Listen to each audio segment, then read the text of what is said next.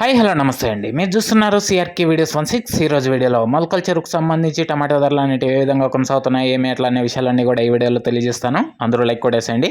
ఇంకా ఈరోజు 12వ తారీఖు ఫిబ్రవరి నెల 2026 గురువారం.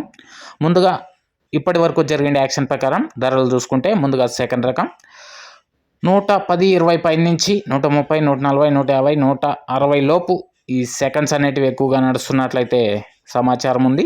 అలాగే ఫస్ట్ క్వాలిటీల విషయానికి వచ్చినట్లయితే 170, 180, 190, 200 ప్రస్తుతానికి ధరలు అయితే కొనసాగుతున్నట్లు సమాచారం అండి ఇప్పటి వరకు.